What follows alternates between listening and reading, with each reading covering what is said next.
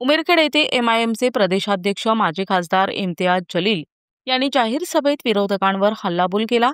त्यांनी मुस्लिम समाजाच्या नेतृत्वाच्या संधीबद्दल थेट प्रश्न उपस्थित करत एमआयएमला संधी देण्याचे आवाहन केले आहे.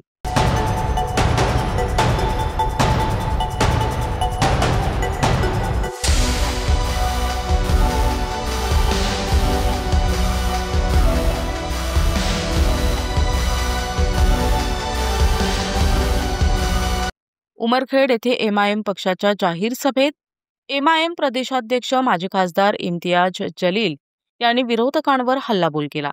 जलील यांनी विरोधकांवर आरोप करत म्हणाले, मुस्लिम समाजाची राजकारणात नेतृत्वाची टक्केवारी घटत आहे. मतदान वाढले असतानाही मुस्लिमांचे मते घेणारे पक्ष मुस्लिम समाजाला संधी देण्याच्या वेळी मुकरतात, असे ते म्हणाले. इम्तियाज जलील यांनी पुन्हा एमआयएमला संधी देण्याचे आवाहन यावेळी केलंय. एमआयएमचे जिल्हाध्यक्ष सय्यद इरफान यांनीही विरोधकांवर आरोप करत म्हणाले की मुस्लिम समाजाची सर्वात जास्त मतदानाची टक्केवारी उमरखेड शहरात असून मुस्लिम समाजाला फक्त मतदानाला आठवण करतात आणि संधी देण्याच्या वेळी डावलण्याचा प्रयत्न करत आहेत. या सभेत हजारोंच्या संख्येने शहरातील नागरिक आणि कार्यकर्ते उपस्थित होते.